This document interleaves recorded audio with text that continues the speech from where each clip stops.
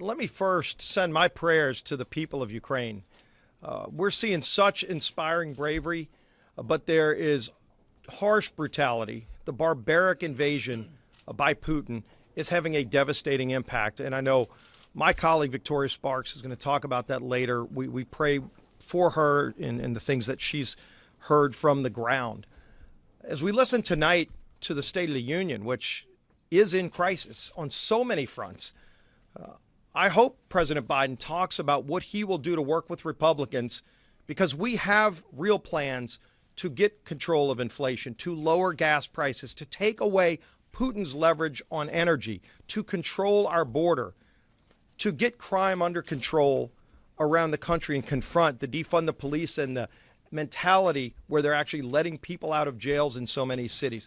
On all of these crises, we have put strong conservative ideas on the table, and President Biden refuses to work with us. But let me talk right now about Ukraine, because if President Biden wants to do something to help the people of Ukraine, there's some very specific actions he can take right now. Just look at some of the steps that President Biden took since he's been president that have given leverage to Vladimir Putin and put billions of dollars in his pocket to finance this war against Ukraine. Not only did he cancel the Keystone Pipeline, his administration hasn't approved a single new pipeline in America. He's okay with Nord Stream 2, it seemed like, for so many months. But then if you look, he put a moratorium on drilling on federal lands. And when the court struck it down just 2 weeks ago, think of how tone-deaf President Biden has been on energy. As Russia is moving over 100,000 troops onto the border of Ukraine, 2 weeks ago, President Biden issued a moratorium, a freeze on all new oil and gas drilling in America, begging Putin to produce more oil. Then, as we talked about, no permits for new pipelines. LNG, there's at least 4 to 6 LNG permits ready to go to send liquefied natural gas to our friends in Europe who could use that natural gas from America so they don't need to get it from Putin. Not one of those permits has been approved by the Biden administration because they're against American energy.